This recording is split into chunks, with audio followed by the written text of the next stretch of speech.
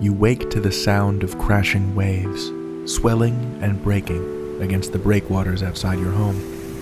They have a rhythm to them, a rhythm you've grown accustomed to, like a heartbeat. They build, swell, and crash. Build, swell, and crash again and again, splashing at the foundations of your home. This is normal, of course. After all, you're a lighthouse keeper. The sun has not yet risen, and it's cold in every part of the lighthouse except your quarters. Your day begins as you throw on your heaviest sweater, your knit cap, and the gloves your aunt knit for you this spring. This is how every day starts for you.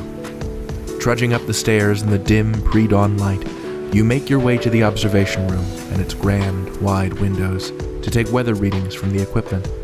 Your hands trace the old, pitted iron railings as you make your way up the tight spiral staircase in the center of the lighthouse tower. You're starting to memorize the way the railings feel. You can tell how far up you are based on the pits and the metal, because you do this every day the same. You could do this with your eyes closed. Why do you do it? Wake up in darkness, type on an old laptop with cold, numbed fingers, tell the weather office that the horizon's clear, or that there's good visibility, or that there's heavy fog, rapidly decreasing barometric pressure, a big storm, actually. Wow, that's a huge storm, if you're being honest. You snap out of your reverie as the sun crests over the horizon and new readings come in.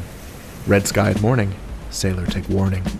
It's your job to keep the bright, shining lamp atop the lighthouse tower lit, to let the ships at sea know where the ocean ends and the sharp rocks and reefs of the coast begin. It's most important when the visibility is bad, and right now a fog is rolling in.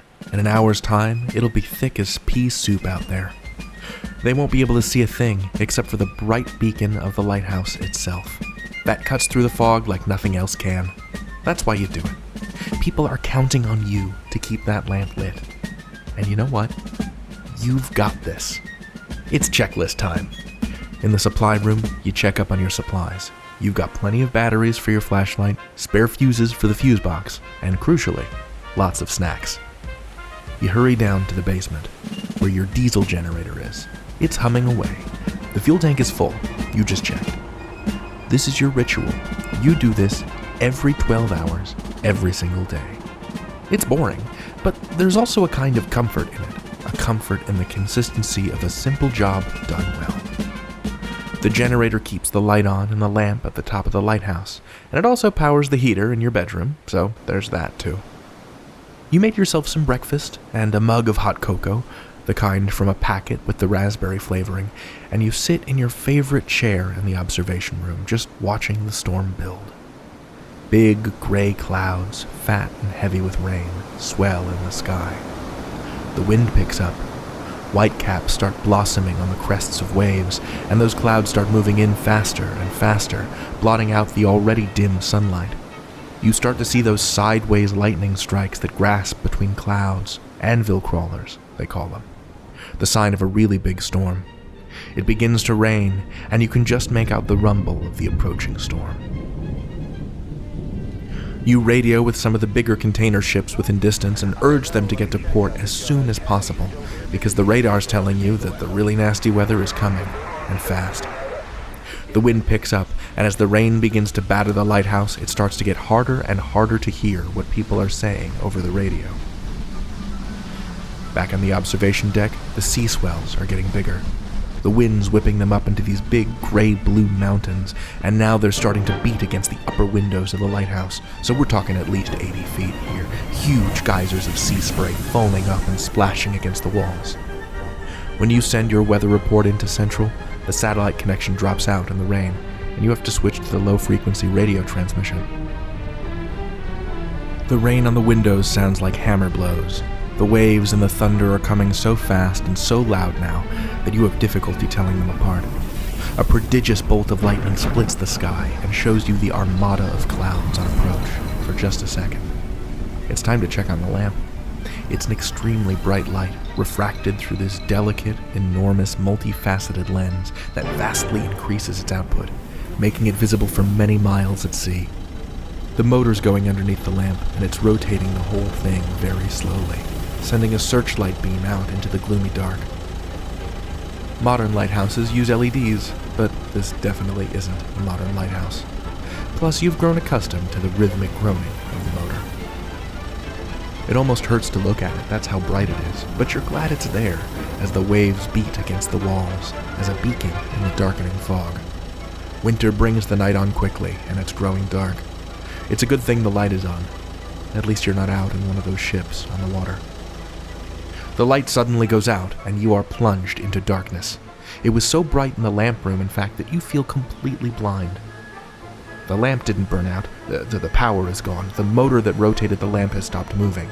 All you can hear now is the terrible storm and the waves. You've got to see if the generator gave out. You grab for your sturdy flashlight, but a lightning bolt strikes the lighthouse at the same moment. You're safe. It must have caught the lightning rod.